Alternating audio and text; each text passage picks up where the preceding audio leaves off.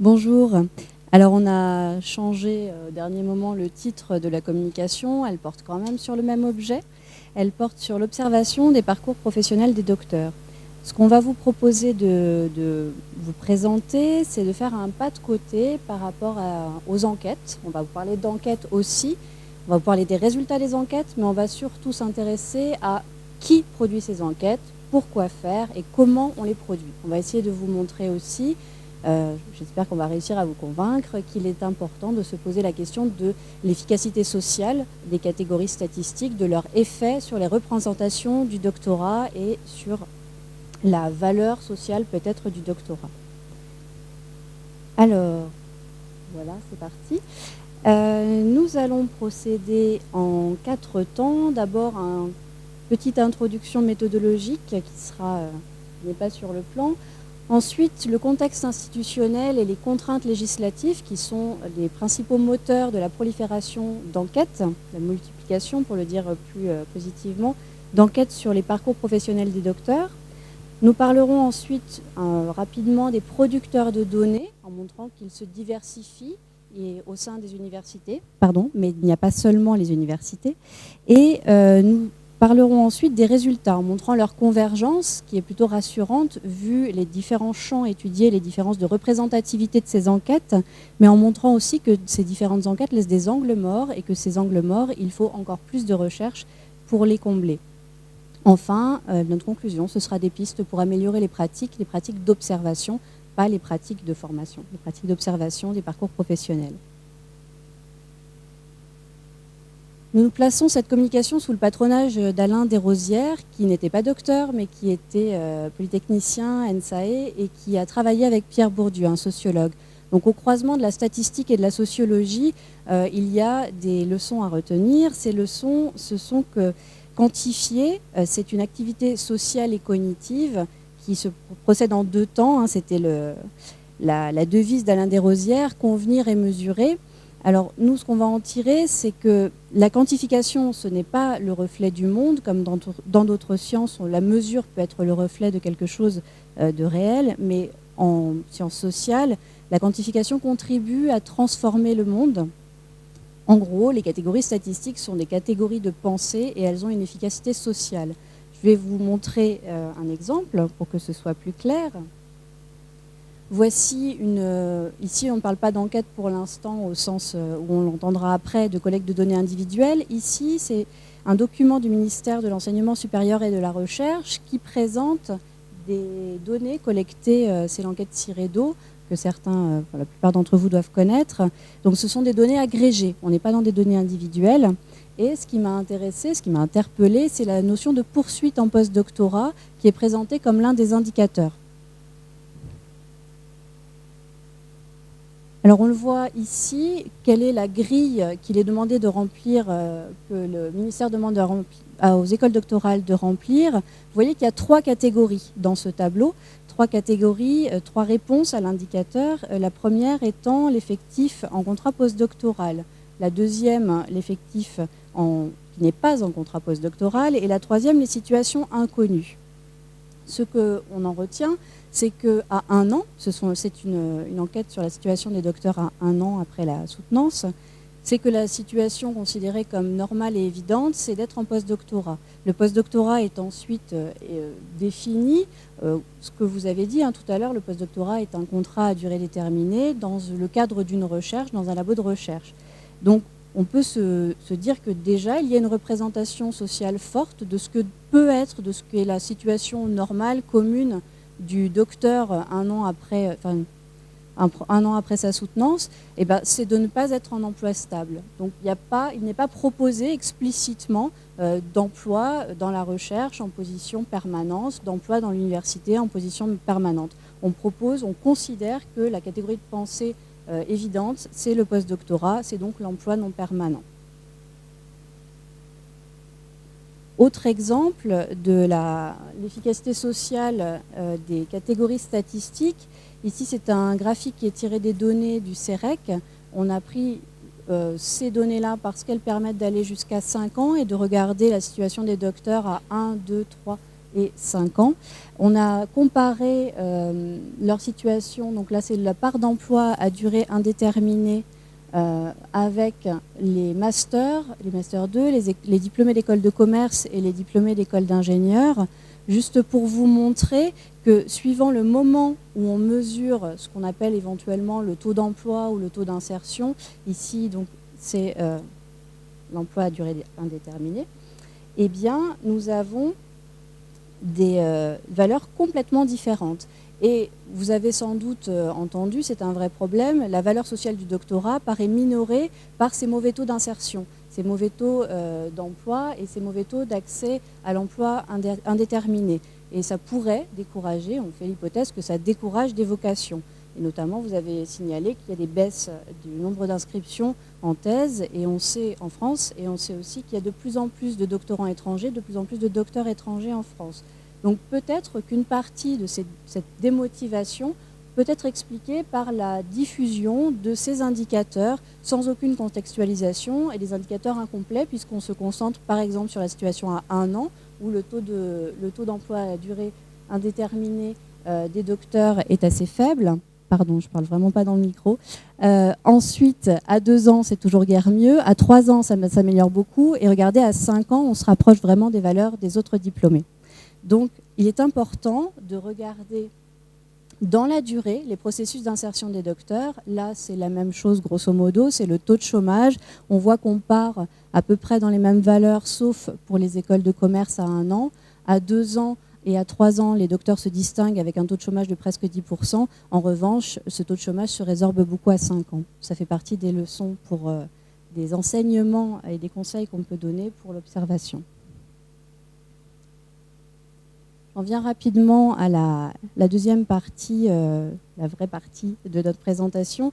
On a fait, le groupe de travail sur l'enseignement supérieur a fait un recensement d'enquêtes sur le doctorat en France, 25 enquêtes, je vais en parler un peu plus après, au niveau des établissements, 4 enquêtes nationales qui s'y ajoutent. Et pour expliquer cette multiplication des données et des enquêtes, un contexte institutionnel assez favorable, on veut savoir, les décideurs veulent savoir, la communauté veut savoir comment les docteurs s'insèrent, quel type de carrière ils peuvent poursuivre et notamment comment ils peuvent ensuite passer dans le privé pour irriguer ce qu'on appelle la société de la connaissance, comment ils peuvent être des vecteurs de l'innovation. Donc pour ça, on a besoin de données.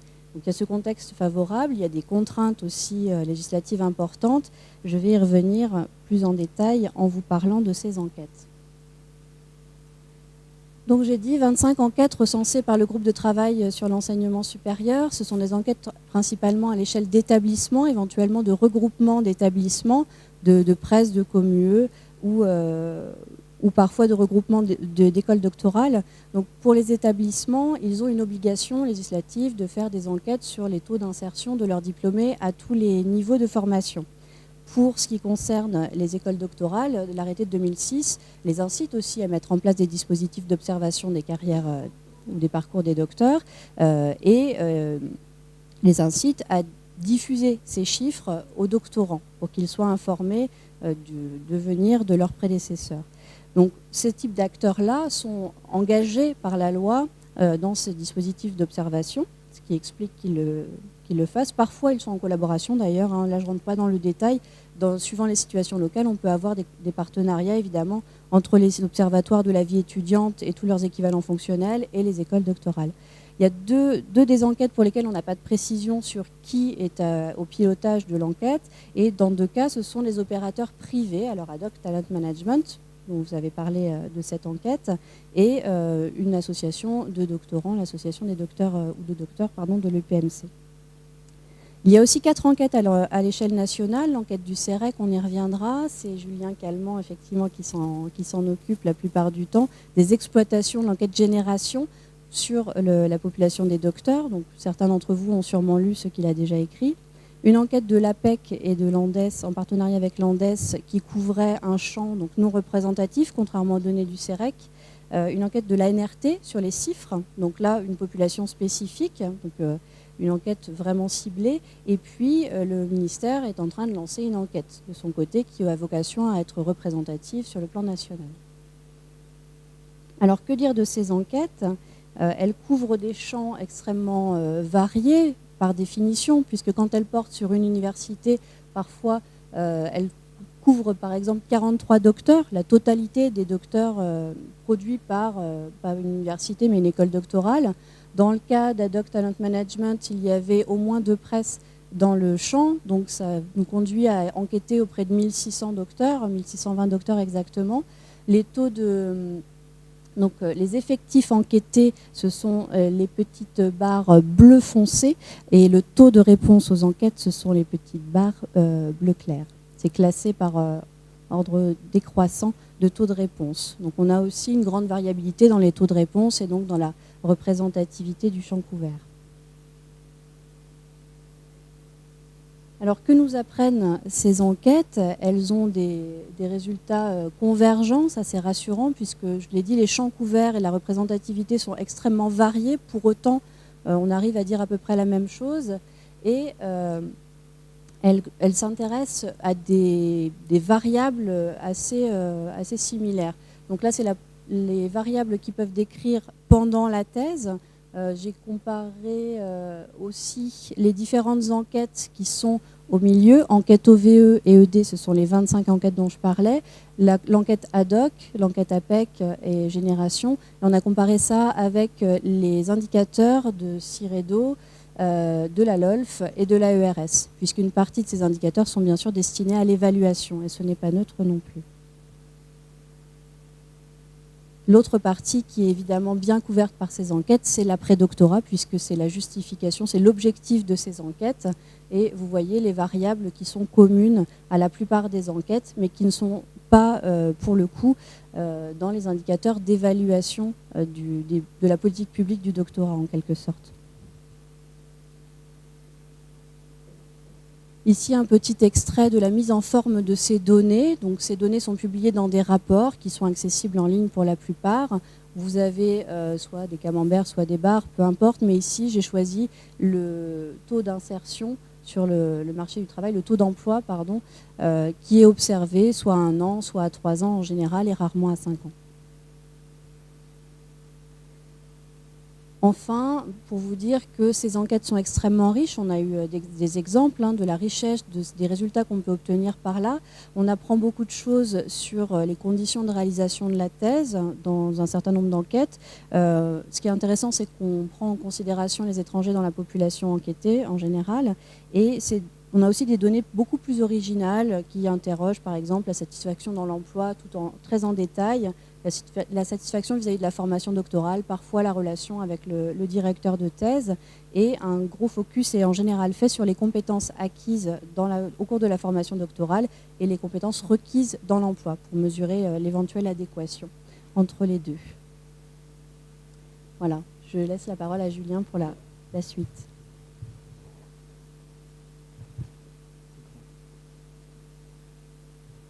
Alors, on a essayé d'étudier donc ces enquêtes et de montrer ce qu'elles laissaient dans l'ombre concernant le devenir professionnel des diplômés de doctorat.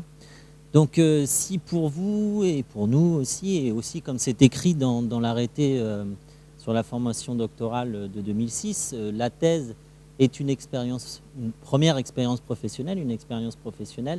Dans les faits, on peut s'interroger si on est face à une insertion professionnelle ou plutôt à une poursuite de carrière. Et c'est vrai que les différentes enquêtes d'insertion qu'on a étudiées, elles pêchent en fait à aborder ce phénomène. Alors Laudeline avait déjà parlé de ça ce matin, c'est qu'en France, on voit, il y a des études qui le montrent, il y a une multitude de statuts du doctorant. C'est des études faites par exemple par Ehrlich sur l'université de Nice ou par l'Observatoire national de la vie étudiante, où on voit que pour certains docteurs se considèrent plus comme des étudiants, certains comme des professionnels ou d'autres comme des futurs collègues. Et en fait, on peut se demander si la perception du devenir professionnel en fait est différente pour ces différentes catégories. Ensuite, ce qui manque aussi dans les enquêtes, c'est une différenciation du projet professionnel et les catégories sociales. Récemment, il y a un article en sociologie qui s'intéressait aux doctorants normaliens Et on s'aperçoit que pour ces jeunes, il n'y a pas de question d'insertion, puisque c'est des jeunes qui de toute façon vont s'insérer dans le secondaire. Et en fait, on voit que les différentes enquêtes qu'on a étudiées manquent de différenciation selon des critères de catégorie sociale. On peut parler aussi des docteurs étrangers pour qui le devenir professionnel peut être différent.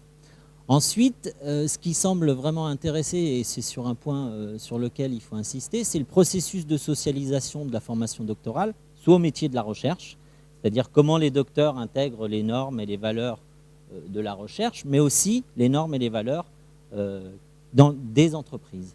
On a très peu de données sur finalement la participation à des projets de recherche, les activités de recherche telles que la participation à des séminaires ou des choses comme ça, qui sont des activités de socialisation dans la formation doctorale. On peut parler aussi du processus de professionnalisation qui est en marche dans la formation doctorale, avec le développement d'un certain nombre de modules de professionnalisation. On peut citer les doctorales. Il y a très peu d'enquêtes quantitatives qui s'intéressent à la participation des jeunes à ces processus, la différenciation aussi par discipline, on peut en parler plus tard, et aussi leurs effets sur le devenir professionnel. On a une très bonne thèse de Française qui s'intéresse justement par des données ethnographiques sur la participation des doctorales par les doctorants.